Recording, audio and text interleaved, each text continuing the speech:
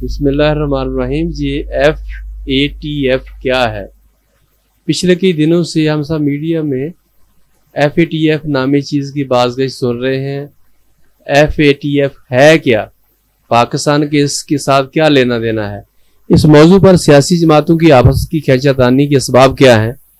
Financial action task force FATF عالمی money laundering اور دہشت گردی کی مالی اعانت کے سدباب کا نگران عالمی ادارہ ہے جو 1999 میں قائم ہوا. پاکستان اس کا رکن ہے. یعنی AFTF financial action task force کا مخفف ہے. اس ادارے کے ذمے ہے کہ وہ حکومتوں کو ایسے اقدامات قوانین تجویز کرے جن پر عمل پیرا ہو کر ممالک اپنے مالی معاملات میں شفافیت لا سکے. منی لانڈرنگ، دہشت گردی کی مالی معاملات جیسی چیزوں کا سدباب کیا جا سکے. تجویز کیے گئے اقدامات پر ہونے والے عمل درآمد کی بنیاد پر ادارہ ممالک کو 3 کیٹیگریز میں تقسیم کرتا ہے. Number 1 black list, number 2 grey list, number 3 white list. Black list ممالک پر پابندیاں عائد کر دی جاتی ہیں. بیرونی سرمایہ کاری رک جاتی ہے. بینک بین الاقوامی کاروبار کے حقوق سے محروم کر دی جاتے ہیں. ایئر لائنز پر پابندیاں لگ جاتی ہیں. مختصر یہ کہ ممالک معاشی طور پر تنہائی کا شکار ہو جاتے ہیں. گرے لسٹ میں موجود ممالک کو کچھ حد تک مالی معاملہ چلانے کی اجازت ہوتی ہے، لیکن بین الاقوامی ٹرانزیکشن پر کڑی نگاہ رکھی جاتی ہے. گرے لسٹ ممالک کو بین الاقوامی کاروبار ادارے، مالیاتی ادارے، بینک مشکوک نظر سے دیکھتے ہیں. وائٹ لسٹ ممالک کو ہر قسم کے کاروبار، مالی معاملہ، ٹرانزیکشن کی آزادی ہوتی ہے. بین الاقوامی طور پر ایسے ممالک کو اعتماد کی نگاہ سے دیکھا جاتا ہے. سرمایہ کار پورے اعتماد کے ساتھ سرمایہ کاری کرتے ہیں. پاکستان کا AFTF سے تعلق کچھ اس طرح رہا کہ 2008 میں پاکستان کو بلیک لسٹ میں ڈال دیا گیا، 2010 میں پاکستان کو گرے لسٹ میں ڈال دیا گیا، 2012 میں دوبارہ بلیک لسٹ، 2014 میں پھر گرے لسٹ، 2015 میں وائٹ لسٹ. 2018 میں مجھے کیوں نکالا کے ساتھ پاکستان کو بھی وائٹ لسٹ سے نکال کر پچھلے 3 سال کی کارکردگی کی بنیاد پر دوبارہ گرے لسٹ میں ڈال دیا گیا، اور بلیک لسٹ کی تلوار تب سے پاکستان کے سر پر لٹک رہی ہے. پاکستان کو بلیک لسٹ میں دھکیلنے کی قیادت ہمارے ازلی دشمن بھارت کا رہا ہے.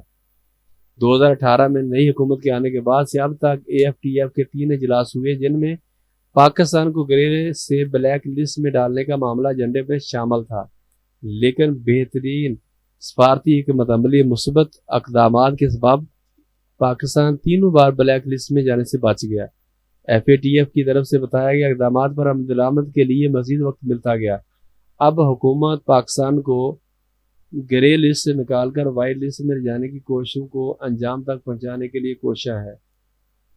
2018 میں FATF کے بتایا گیا 40 اقدامات میں سے عمل درآمد کا تناسب یہ رہا: 1 پر 100% عمل درآمد ہوا، 9 پر 70 سے 80% عمل درآمد ہوا، 26 پر 50% یا اس سے زائد عمل درآمد کرنے میں کامیاب ہوا. پاکستان 4 نکات ایسے ہیں جن پر بالکل بھی عمل درآمد نہیں ہو سکا. اس کے لیے قانون سازی کی ضرورت تھی. اب آتے ہیں اس بات پر کہ FATF کے موضوع پر پاکستان کی سیاسی جماعتوں میں آپس میں چپکرش کیوں چل رہی ہے. بنیادی طور پر ان 4 نامکمل معاملات اور عمومی طور پر تمام معاملات کو ٹھیک کرنے کے لیے قانون سازی کی ضرورت تھی. ایک اچھا تاثر دینے کے لیے حکومت کی کوشش تھی کہ اپوزیشن کے ساتھ مل کر یہ قوانین پاس کروائے جائیں. لہذا اپوزیشن سے بات کی گئی، لیکن ان کی طرف سے تسلی بخش جواب نہیں ملا.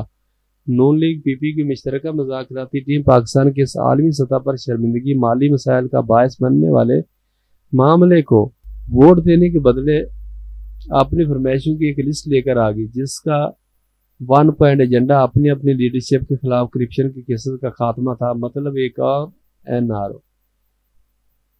FATF گرے لسٹ سے نکل کر وائٹ لسٹ میں جانے کے لیے پیش کردہ قوانین کو ووٹ دینے کے بدلے نون لیگ پیپل پارٹی انوکھے لاڈلوز نے کھیلنے کو مندرجہ ذیل چانس مانگے تھے.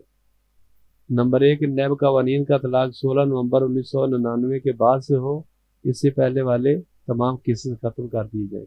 نمبر 2 منی لانڈرنگ کی تحقیقات کا اختیار نیب سے واپس لیا جائے۔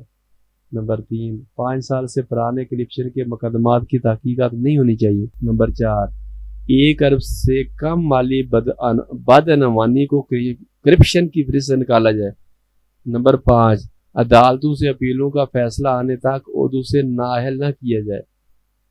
نمبر 6، بینک نہ دہندگان پر نیب کا کیس بنانے کا اختیار ختم کیا جائے۔